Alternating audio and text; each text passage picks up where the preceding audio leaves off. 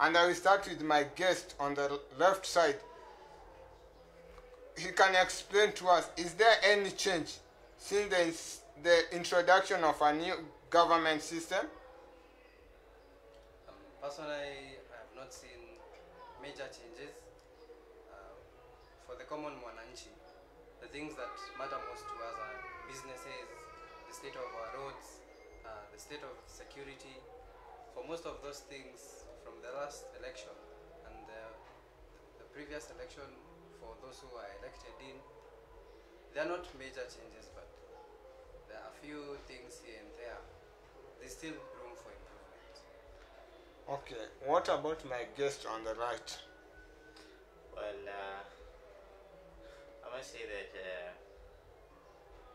we've been expecting a lot from our leaders, but they've been trying their level best, and they've been giving us their best, and they've been doing whatever it is, whatever it takes. They've been giving us sacrifices to see that us, the people that they are leading, get much and best of their service. And yeah, though it can't really be 100%, but I must say that they've been doing well. They've been doing well. Okay, if you are to be asked, my guest, what percentage out of 10 will you give the county governments? It's based on the efforts and based on everything, the scorecard. All right. Yeah, I would say that based on everything, they can't really, it can be at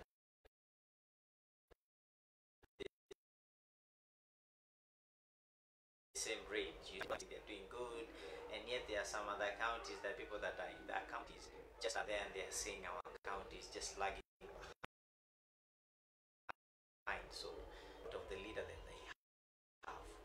What's your scorecard? 1 out of 10, 9, according to the county you come from. According to the county I come from, I'll give it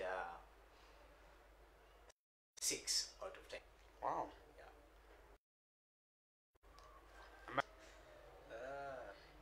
It would seem as if this was thought, but my scorecard is still 6 out of 10.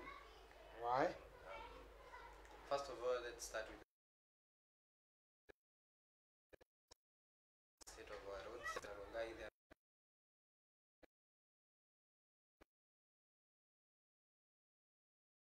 not that. When it comes, especially for the youth, there's still much to be desired. There's a lot they have done. I cannot say that they have not done anything.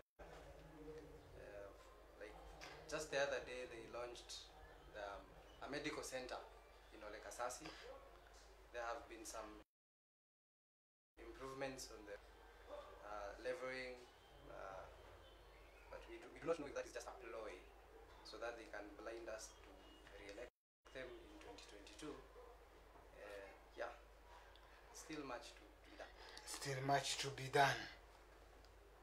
Okay, according to me,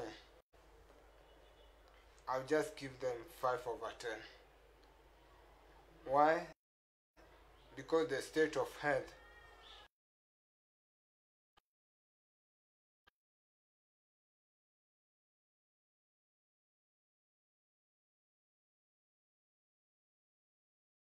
in our county is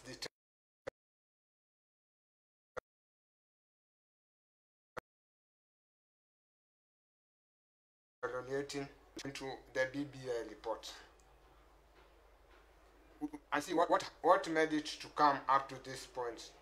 Because we remember very well, it was on 2017 when we had the last general election. And the IBC official declared Uhuru Kenyatta as the president-elect of the Republic. After that, the opposition went to the court and the election was nullified. And on October 26th, the election was repeated again without the oppositions. But come January 30th, 2018, the self-proclaimed People's President was sworn in at Uhuru Park. As we know, all the media stations were closed. The economy of Kenya went down from bad to worse. And the government had to find a way to solve all this problem. So they formed a task force to ensure that the next general election will be safe and sound for all Kenyans, and that the winner will enjoy as well as the loser. So my question to my guest today, is BBI report a scam or is it a reality? I will start on my left. I would not go as far as calling it a scam. We can say that it started at the right, it has the right intentions. The implementation is what I find wanting, because it's supposed to help the common mwananchi, but at the same time, I do not believe that the common mwananchi was was involved in the creation of it, because even for most of the people out there, the BBI report, there is a sentiment that it is for the political class. It is not for the common mwananchi. So it's not a scam, yes, but there must be involvement of the common mwananchi. Mr. Elijah, what's your take on that? Is BBI report a scam or a reality to Kenyans?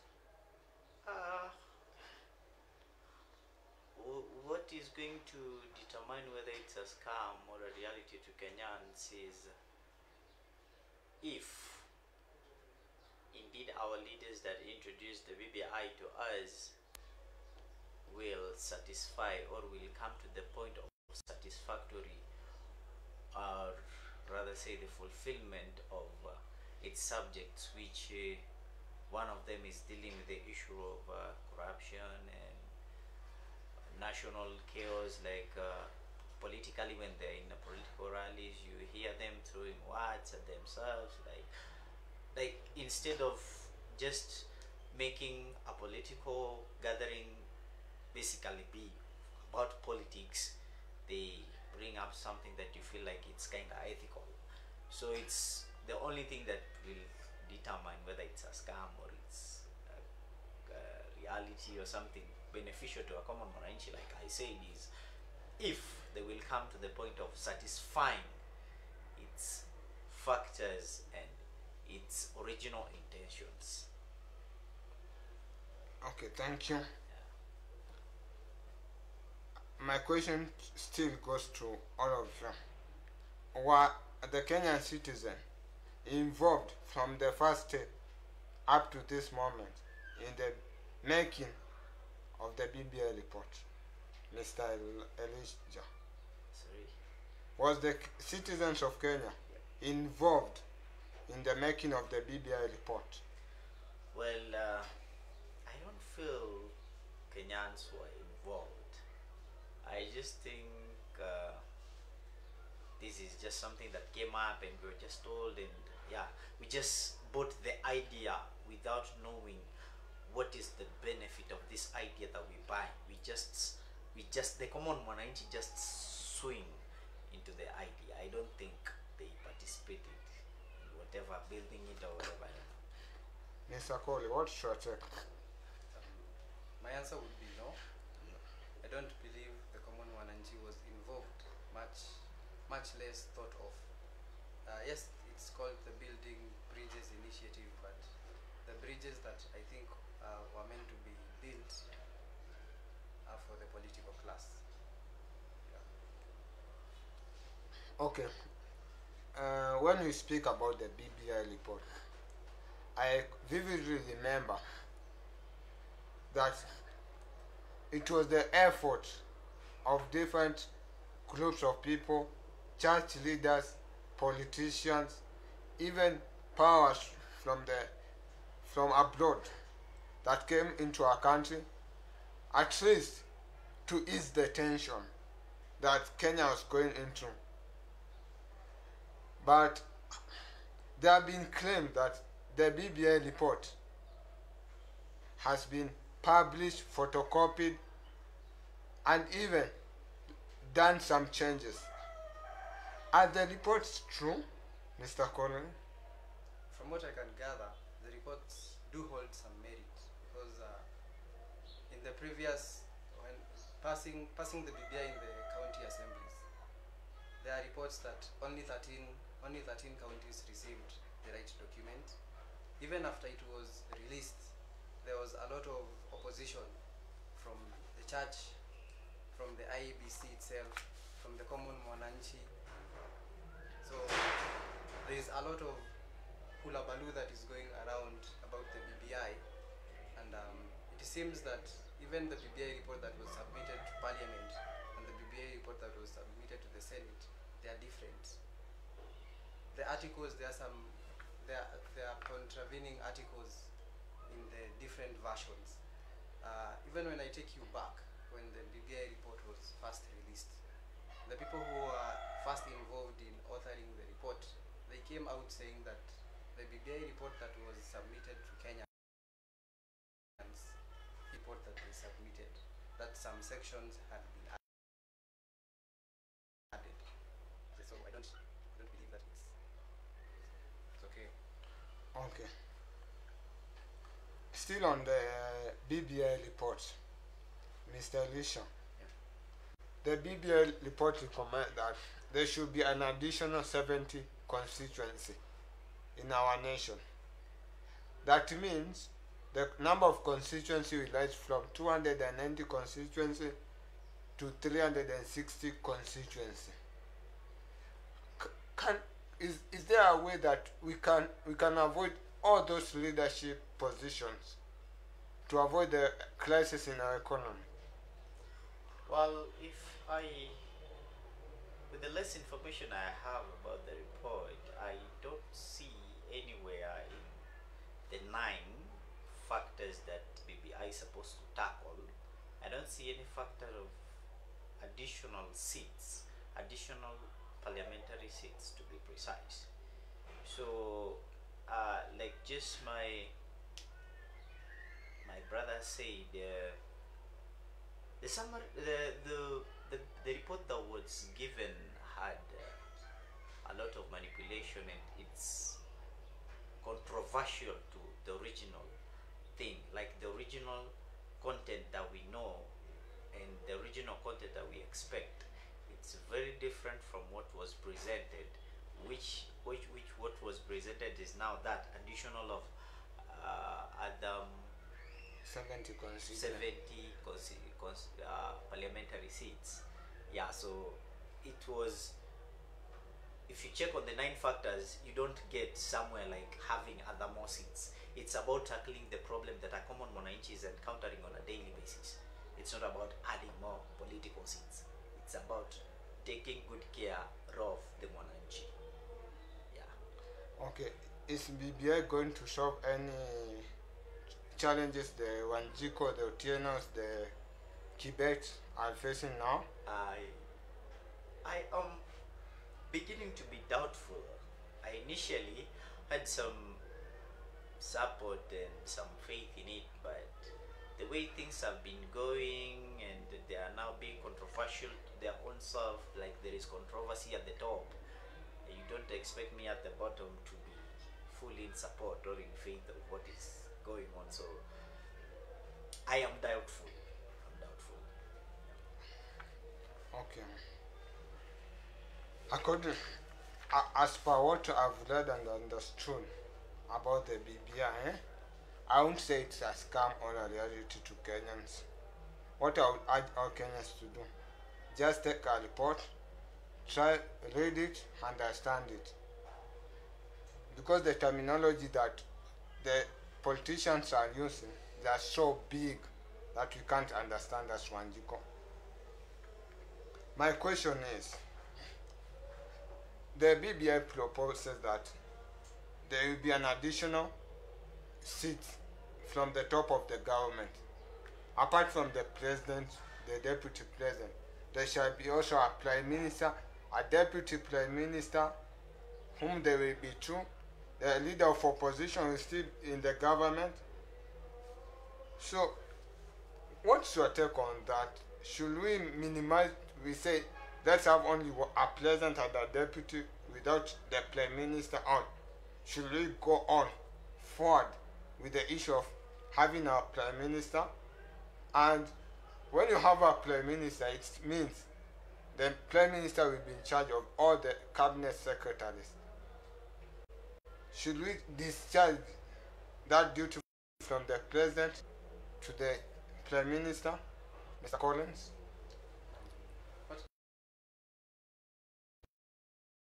What I government spending. If you look to other first world countries, the common sentiment is that the government spending has to be reduced so that that money that is being used by the government for maybe A, B, C, and D can trickle down to the common mwananchi. Right now, it is they are proposing that we are going to have more seats. It's a winning formula, yes, from the political side of it, which means that there is no winner takes all kind of situation. But at the same time, I foresee a situation where we shall not have an opposition. We shall not have an official opposition. And what that will mean is that as Kenyans, the common mwananchi, we are going to be the opposition. But the way our country is structured, the way our political structure is, it means that our views as the common mwananchi will fall to the wayside. Because if we do not have someone who is as big, who is addressing our issues, then who is going to listen to us? Because if all these people, if the BBI passes, there's a very high chance. If you listen to the sentiment that is going around, there's a very high chance that all the people that are in the political class right now are the ones who are going to hold all the seats. So where does the common mwananchi go to in case there is an issue? You remember when there was an issue in the previous times, Honorable Raila Odinga was the official opposition leader. There even came something funny that there was tear gas Monday, because people were used to going to riots and being tear gassed. Well, we may have laughed at that at the time. Right now it is when we can realize the value of an opposition. So the BBI, I don't believe it is going to address our issues as we would want them addressed. It is only going to put more money and more power up there and leaving less money and less power to the people who need it more. Okay, and according to the BBI proposal, that they want to increase the period of making decision in Supreme Court from 14 days to 30 days. Will the addition of this help in giving a fair judgment, or it will increase the cost of living, the expenditure of Kenyan citizens? Mr. Elisha? I don't think it will really have an impact, negative or positive, because decision is decision. Once it's made by the judiciary, it's supposed to be respected. And I don't think, even if there will be an amendment that they even have the whole year to make a decision over something, if they are meant to deliver right, they will deliver right. But if they're meant to deliver wrong, they will deliver wrong, regardless of the period, duration, resources used, or whatever. So that, I don't feel like it's something that should be there, like it should have an impact. In fact, it will just have a negative impact towards the decision making of the judiciary. Okay, different counties, they were like forced to pass the BBI report at the county level. But after realizing that different counties are different kind of reports, now reports emerge that BBI is a scam, BBI is a waste of money. BBI is a creation of opportunity for other people. What is your take, Mr. Elisha? I really will support that because like I will just get back to the original. The formation of the BBI, it was formed with the intention, and it had 9 issues to take care of. And when you come back to the ground and you find they are introducing something that when you get to the original copy, it's not there, it's not represented in writing, you happen to be in controversy by your own self, and you're like, how is this and this associated? That is now the picture. When it got to this county, you will find this county is opposing, this county is proposing, because what they were expecting is not what they have. So you have something that is manipulated, that is different from what the original thing, the original intention of it. Thank you. What's your take? What exactly? Okay, the additional seats, like when you go to the BBI report, the number of leaders will be so many for a Kenyan citizen to be able to pay their salary, because we want to introduce the leader of official opposition according to Article 107A, Section A. Still on that, we have a Prime Minister. We have 2 Deputy Prime Minister. We have the Speaker of the Senate. Still on that, we have another 70 MPs. And the last time, we had people with disability in leadership. They were only 2. Now we'll be having 4 people with disability, 2 male and 2 female. Is that a huge burden to Kenyans? Yes, it is a very huge burden. Because when we go back to the 2010 constitution, it cut back on the government spending. Now they want to increase the government spending once again. And I believe we are not tackling the root cause of our problems as a country, but we're only dealing with the symptoms. Because for me, the justification that I would expect for more seats is to see that the ones who are there are already overwhelmed with the work that is in the country, but that is not the case. Most of them, they have not even been working. So why would we want more people who are just filling seats? So my question is, are you for BBI report? As it is, let it come for people to vote and make their choice, or it should start afresh from the handshake, sitting down, proposing, going to people for public participation, then finally to Kenyans to vote for referendum? I believe the whole process should just be scrapped and started afresh, so that all the necessary stakeholders can be involved, and so that they can take up the BBI report, so that it can achieve what it was intended to achieve. What's your take? Well, BBI itself is not wrong, but I think the drivers on the run are kind of misleading, as they're taking us out of the lane that we should stick to. So if there is no possibility of just having like it nullified and starting afresh, then maybe we should have the drivers changed and we would stay on the lane that we should stick to. According to the BBI so far, are you for it or you are against the BBI, Mr. Elisha?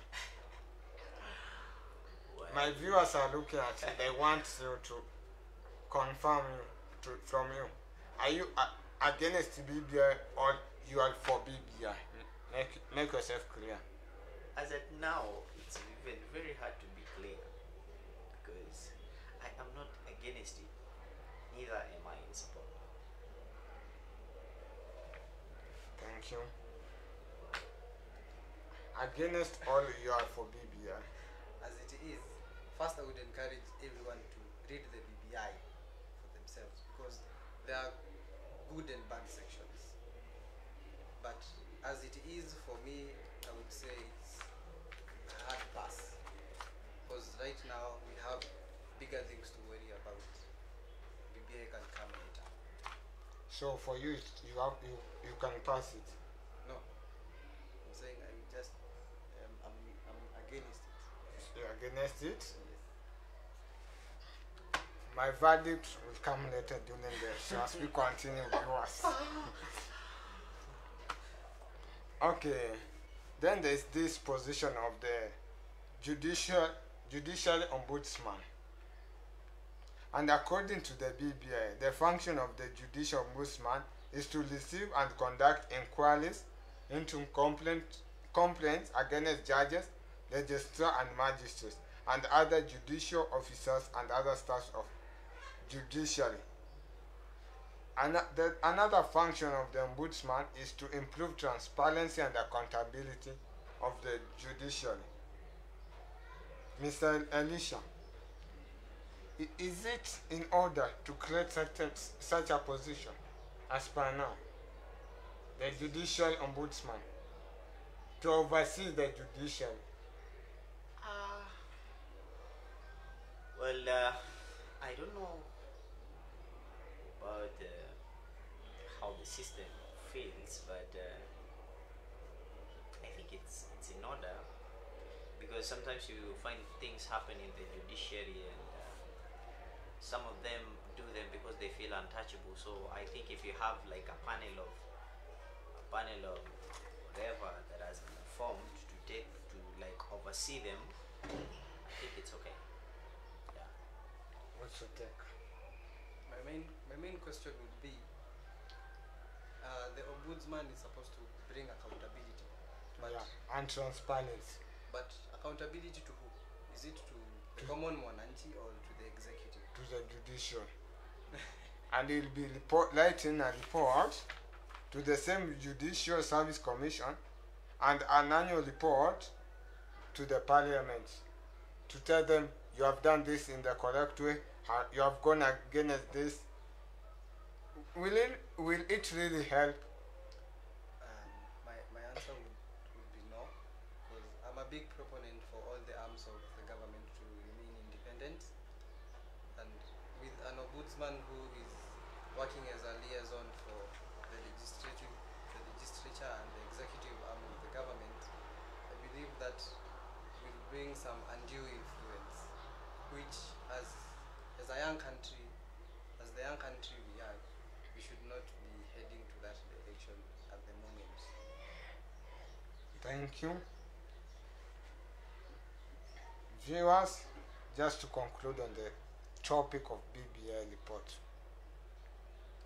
is my humble request and pleasure to just urge you all Kenyans to take the BBI report, try and find it wherever it is.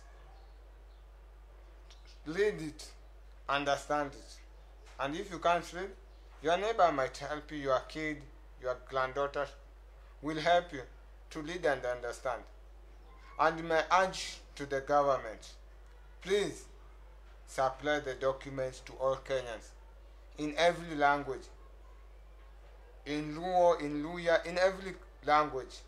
Let us avoid the issue of spreading information on English alone. We are not all literate. Let's head to our next topic, the CJ interview and the appointment of the 41 judges. A few days ago, Martha Koome was nominated by the Judicial Service Commission to be the next CJ of Kenya. And if the parliament passes the name after vetting, she'll be the first female Chief Justice of the Republic of Kenya. So, Mr. Collins, Was the CJ interview done according to the law? Was it about time to just stamp?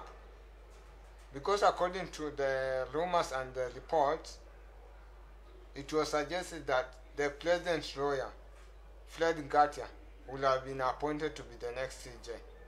But surprise to many, it didn't occur as per people say. So was this a planned action, or is it a democracy to have its way, Mr. Collins? I would say it's a welcome surprise. Personally, I am looking forward to seeing what she can do in that capacity.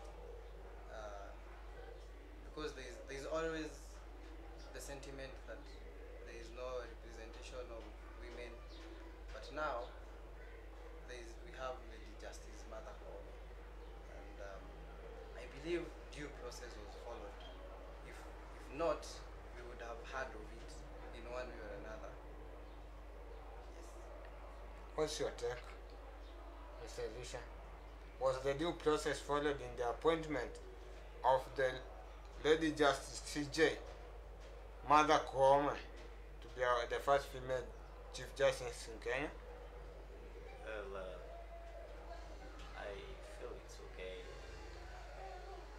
having a mother, a woman in the house for the first time. It's an encouragement to the women, and finding herself in such seat, it's very, very hard if she doesn't uphold to the qualifications. So I believe she's qualified, and I'm waiting to see upon her works. Okay, my question is, as per the leaders in our government, every arm of government, as we can all know, and as we all know, it is from one region, the Mount Kenya region. The executive, His Excellency the President. The judiciary, Martha Koome. The other department, even the DCIO, are led by people from the same region. Is this contravening the equality and the equity of all tribes in Kenya? Because as for me, I would suggest, if the president is from this region, the president of Supreme Court should be from another region. We give chance and equity and equality to all tribes in Kenya. Is it in order for the Judicial Service Commission to pass our name and forward it to the president?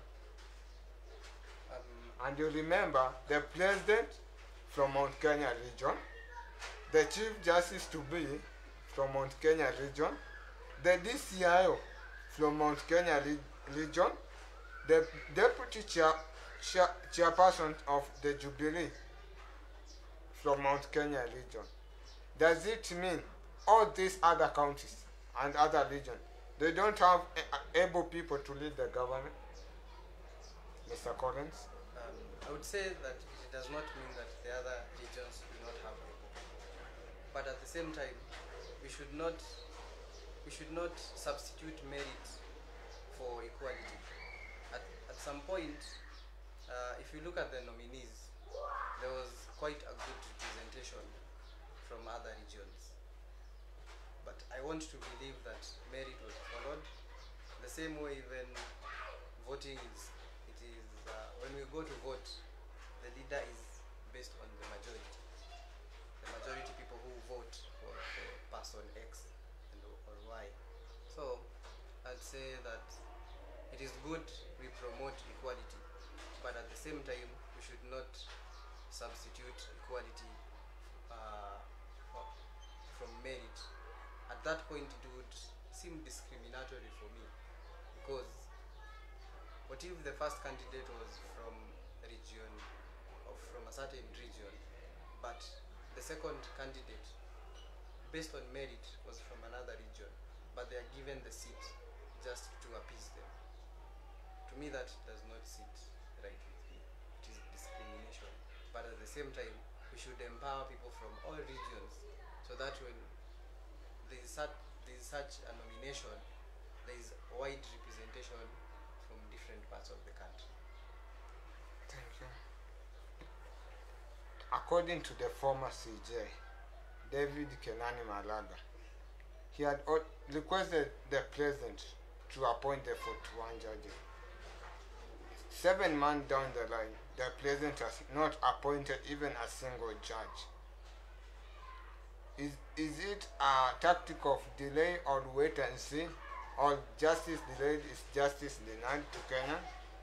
Because the more the time the president takes to appoint the 41 judges, to me I think there'll be a lot of cases to be handled by them when they resume work.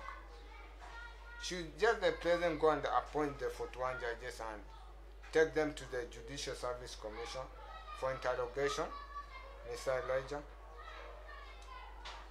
Well, it comes up with a lot of questions why up to now he's not been able to do the appointment or do the necessaries in accordance to the law, what the law requires.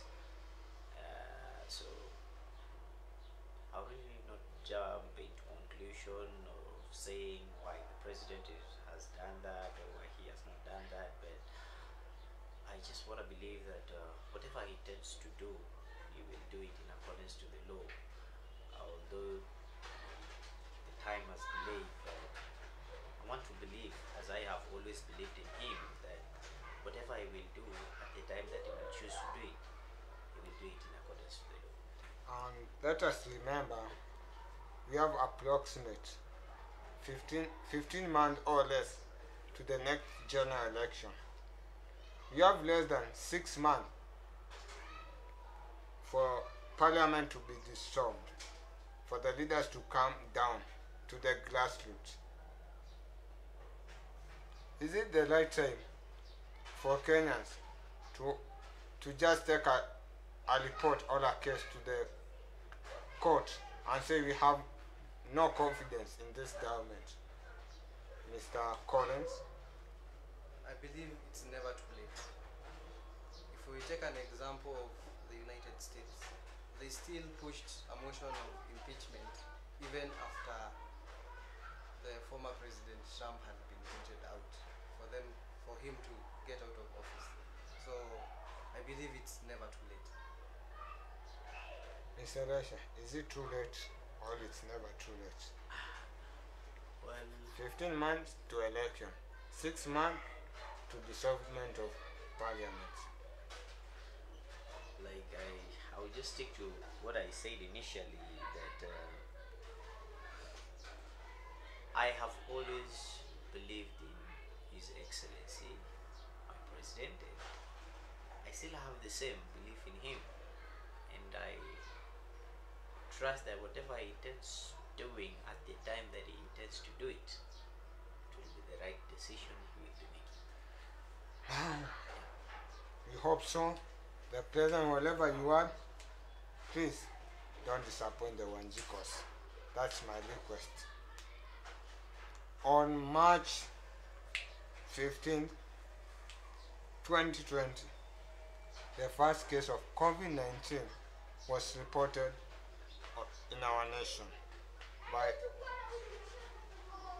the head minister Mutahi Kagwe. One year down the line, there have been strict measures, curfews, lockdowns, cessation of movement. Has all those measures helped, or have they deteriorated the economy of Kenya, Mr. Elijah? Well, our president have been trying, and this is a global attack, and we really will not tackle it based on how our president has been handling or how the Ministry of Health has been handling it, but still there are a number of countries that up to date have not recorded a case of COVID-19. There are around 12 countries in the world, and one thing that helped them is the very moment they heard about the disease, they were not reluctant until they reported a case. They took the protective precautions early enough. They blocked their boundaries, and their flights were not operating and every other thing. So as much as they have not had an impact from the COVID as a result of getting numbers of deaths, but you see it has affected their economy because most of these countries are in the central and southern Pacific, and most of them they rely on tourism. And now since they block their borders, there is no entry of tourism, and there is no going out, there is no going in. So the economy has been affected, yes, but health wise they are okay. Take a country like Vietnam. Vietnam recorded numbers early enough, by last year early January, around 22nd they had their first case. But before that case they already had made measures on, like they were taking measures. They didn't wait for the disease to get there so that they can begin wearing mask or doing the blah blah blah. They had started. So I think on our point is that we lagged behind until it got to our door, and it find our door wide open, and now it is attacking us. But then the health ministry and the health CAs, together with the support of our president and the facilities and the help we've been getting outside, they've been trying their best, and yeah, based on how the numbers have been going, fluctuating, increasing, and so on and so on. And if we get into comparison to other countries, I can say, yeah, we are better off, and the Lord has been faithful. Yeah. Thank you.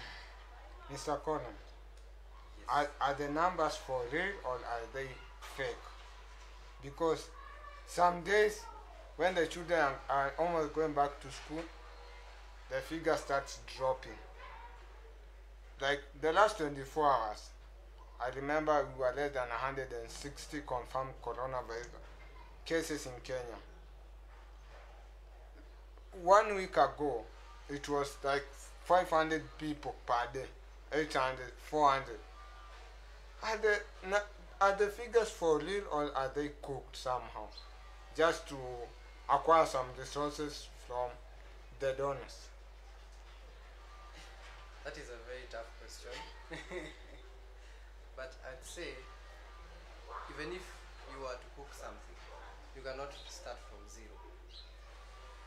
Let's say even if the numbers are 500 and they are inflated to 700, we cannot say these 500 were not there. So when you also look at the behavior, our behavior as well, people are out there going out to have parties and all. So I believe it's collective responsibility, and COVID is there. There's a new strain from India, but just the other day when His Excellency the President lifted the travel restrictions, you saw what Kenyans did. Kenyans are out doing God knows what. But the next week when the cases start rising, we will start saying they have been inflated, but our behavior shows otherwise. So I would not say the numbers have been cooked, but at the same time I would not say they have not. I want you to help our viewers. Just confirm, are the numbers for real or they are being faked? I'd say Don't stand in the middle. Just give us your verdict. I'd say COVID is real. Thank you. What's your take on that? Well, COVID is there, so we should stay safe. COVID is there. My viewers, COVID is real. Take all measures serious, all precautions seriously. Sanitize your hands, wear a face mask, keep physical and social distance, preferably stay at home, indoors, and avoid crowded places. Another thing on the COVID-19 issue. The government was so happy to have the first batch of the COVID-19 vaccine in our nation. After that, people have been getting vaccine. Now it's almost 900,000 people who have received the AstraZeneca vaccine, and less than 1,000 people have received the Sputnik vaccine from Russia. And according to the government, it will take up to June or July 2022 possibly for all the adults to be vaccinated. Should the government allow other firms, private firms, organizations to help them in supplying the AstraZeneca, the Johnson & Johnson, the Pfizer Biotechnic vaccine? Is it the right time for the government to say the vaccine should be supplied by everybody who has power and capital? Mr. Collins? My answer would be yes, but at the same time, precautions have to be taken because there are unscrupulous people out there. You do not know what you're going to be injected with in the name of a vaccine. So the same way the ministry has been doing to make sure that everybody who is administering the vaccine is accredited, that should be done more proactively to make sure there are many centers where people can get the different variants of the vaccine based on your research. You can decide what vaccine you feel is best for you, and then there is also the money issue. So I believe when we have the different varieties available, everyone can make a very good informed decision rather than having one or two variants only being made available. Thank you. Well, I would say it will be a little bit challenging because when the first phase that we received, people didn't have, like Kenyans, we didn't have faith in it because we had had controversial stories from other countries that received the jab, like it had some side effects, some people died, and so on and so on. So you find we were not in a position to trust our own government. So if government is going to allow private or any other suppliers to be supplying us with the jabs and the vaccines, I think that's just me thinking it might get a little bit complicated with Kenyans, because if we are finding it hard to trust our own government, then it's going to be even hardest to tell me to trust a chemist. Yeah. Mr. Collins, are there any side effects when you are given the COVID-19 jab? Yes, studies have shown that there are side effects, but at the same time, there are no accurate results to determine who will get the side effects. So I believe it is the right time for everyone to do their own research, and for the people in the medical personnel to also do more research so that we can see the risk factors. For instance, the AstraZeneca vaccine can induce blood clots, but why should be the question. So that when you go to get that jab, it is compared to maybe what you have, what factors are in your body, so that you can know, like, you should not take this vaccine, it is better for you to take the other vaccine. Okay, there were some reports that were emerging a day before yesterday and yesterday that the government may opt to use Johnson & Johnson vaccine, to use the Pfizer vaccine from other nations. So my question to the panel is, in case the government approves Pfizer and Johnson & Johnson vaccine. What about those who received their first injection of AstraZeneca, Mr. Elijah? I think the health CS should come clear on these vaccines because I I am not a medical practitioner, but I think the difference is just in the title of the vaccines, but they are just vaccines against COVID. So if there is a better way that the ones that we're going to have right now are going to like perform better than the one that we had, they should make it clear to us, and they should also make it clear that if you received the first phase of the jab, which was different from the one that they just shipped into the country, if there is any need that you should not get it, they should tell us, so that we are just conversant and we just feel safe that whatever is coming in, or if I had the first jab and now I'm going for the second jab, whether I'm receiving the Johnsons, the Kensons, or the wherever sons, it's just okay. Yeah. Thank you.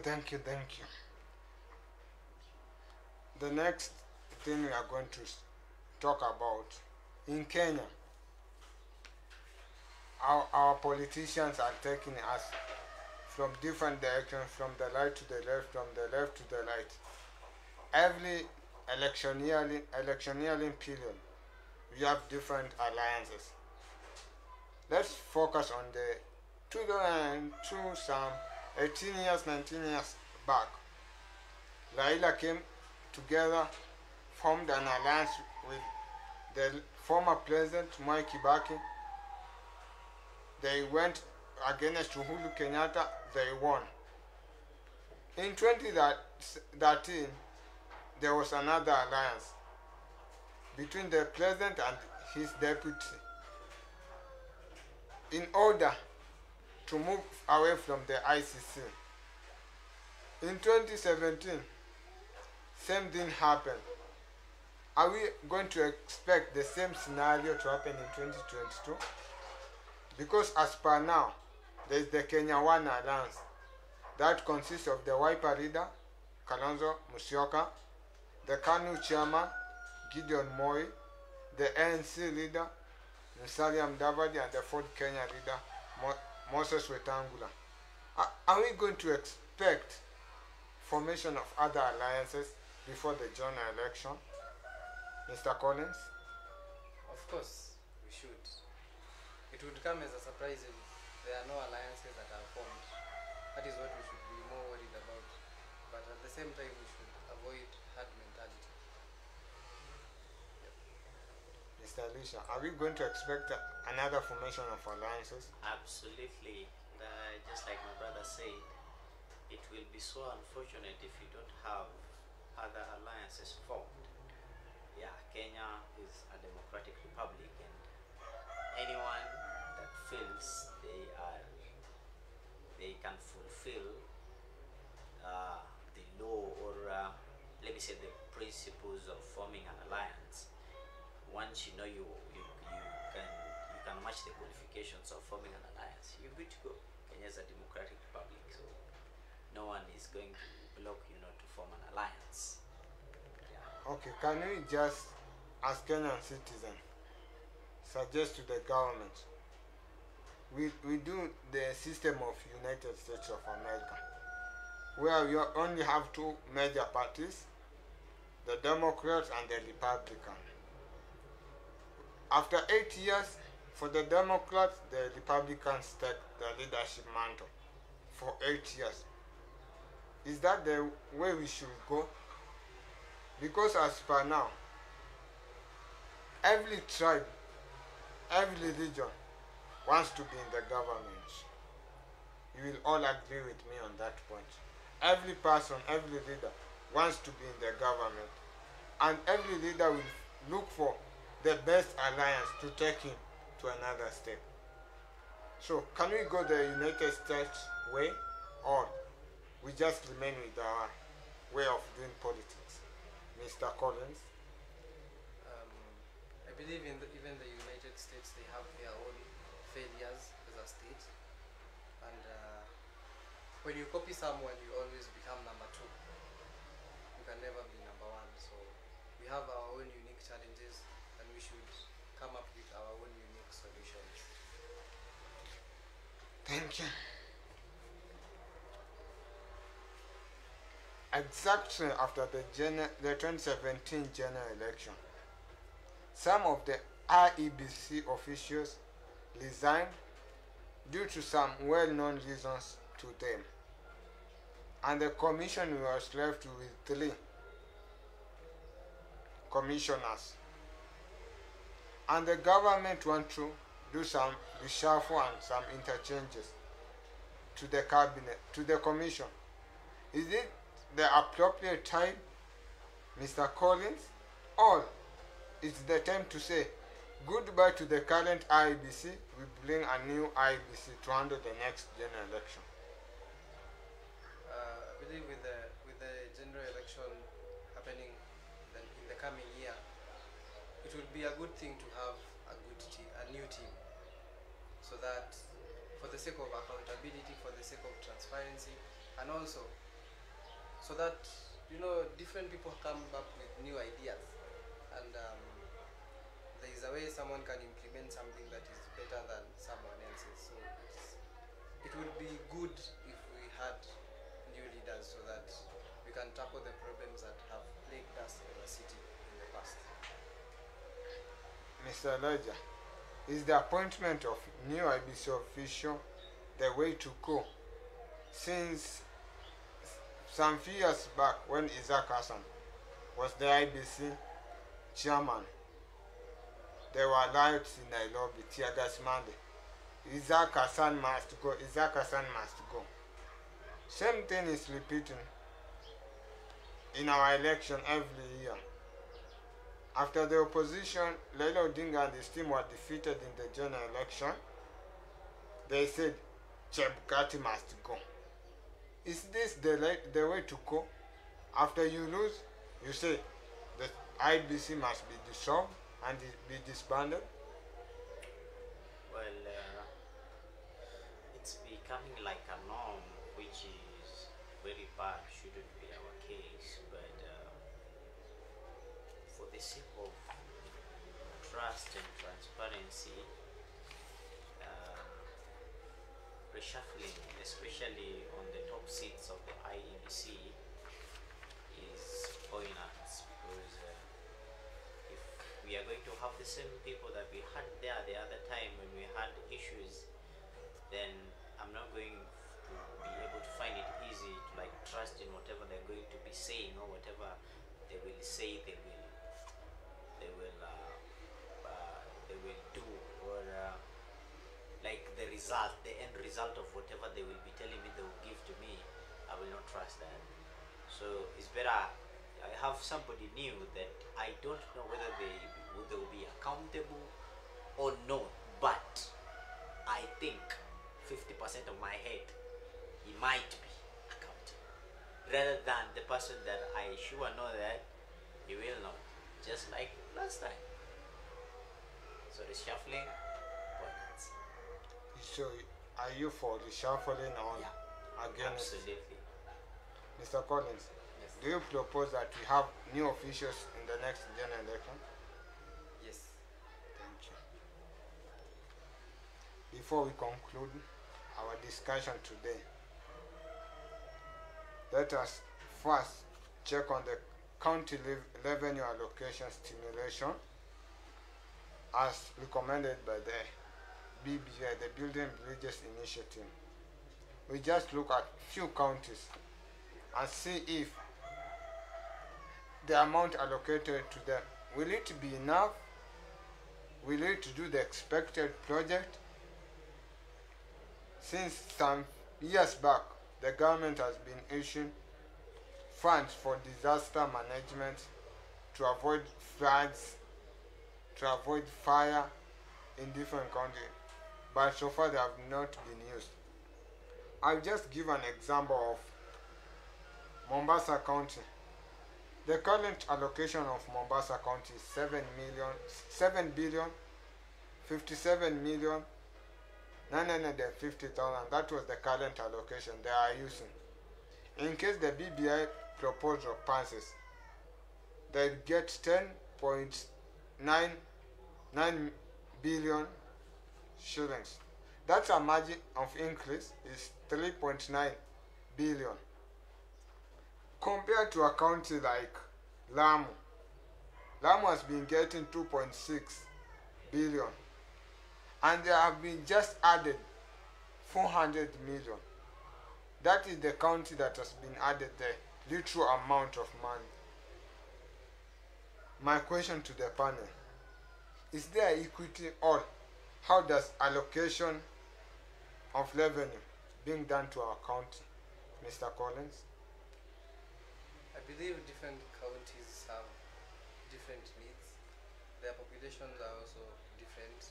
Their revenue generating capacity is also different.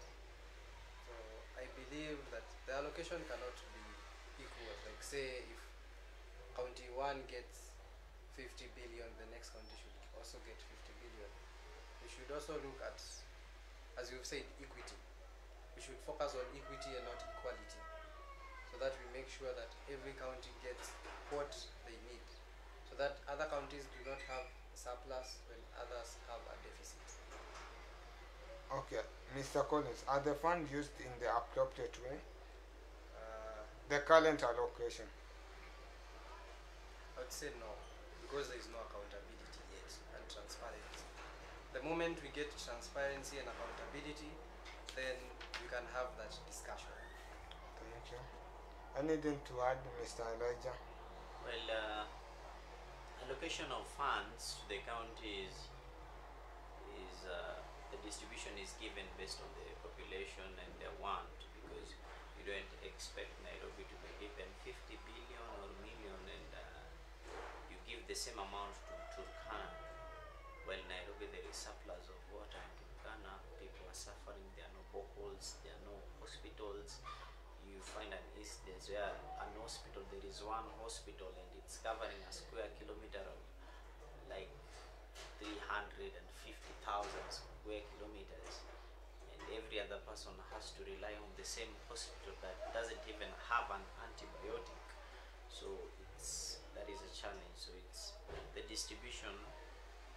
It should be, they should they should base it on equality, but they also look at the want of a county and know this particular county is lacking this, is lacking this, is lacking this, and when they do the audit of the county, they know that with the problem and the audit that we have done, when we allocate such amount of funds to this county, it should be able, even if it might not, which I don't believe it might not, but let's just take for instance, if maybe it might not be able to take care of the needs or the wants of the people in the county 100%, it should be able to take care of and solve their problems 80% of it. Yeah, so that the 20% that is remaining, at least the common Mwananchi will be left like struggling, or rather let me just say trying to make ends meet, to fill on the gap of the 20%, to make their life better. Yeah. Okay. Another issue is about still on the distribution of the 70 constituencies in our nation. If we decide to go per county, per region, and the number of constituencies that has been allocated, for example, Mount Kenya region will take 17 new constituencies, while a place like Nairobi has been given 12 more new constituencies. A place like Nyanza region has been allocated only 3 new constituencies. Is it fair? Equity has it been used there, or Mr. Collins? I'm inclined to say yes, because there are two factors that should be considered. One is the population density, and the second one is the expanse of the area. Yeah. Yes, so there are some areas that might be very big, but they do not have very many people. Okay, what's your take on that, Mr. Elijah? Well, I believe it's right, but what will make it perfect is if the allocation will be even, and if we are not just doing it for the sake of let's give these people more constituency and these other people, if they can have up to 7 constituency, let's make it 5, or let's make it 4, so that we can merge the 3 within the 4. Yeah, so when they do that, they'll be making money, more money for the county that they've given more constituencies in, if you compare to the other one that they just, so this one you can give 7, but let's merge 3 into 4. Yeah, so the allocation, or the everything, like the original intention of all these things should be crystal clear on the table, that we were making this more constituency purposely for this. And the very moment we see the issues and the this, that like the main purpose why those things were formed being fulfilled, we also will be at peace. Yeah. Thank you. As we conclude, Kenyans were heading for the 2022 general election. After the handshake, people knew it was Laila and Uhuru was one team. Some year down the line, and some man, now it's Ruto and Laila, Uhuru and Gideon Moi. So, should we expect Laila and Ruto to go all the way to the ballot as individual candidates, or will they merge together and form one big team? Mr. Collins? I believe first we should know for a fact that politicians look out for their interests first. So I'm foreseeing a situation where if their interests align, they will go together. If they do not, they will go separate. What's your take on that, Mr. Elijah? Well, I will say it's just the normal political sequence. Yeah, the politics in our home here is like a switch. You can put it on and off whatever you want. So I can be on and lively and doing whatever I'm doing, but then when there is a blackout of current, that is now the person that might with me, that was supporting me, I now become off, and yeah, the game, that is how the game is usually is. It's just the normal political sequence and switch. Mr. Elijah, do you believe in politics of the dynasty and the Hasra?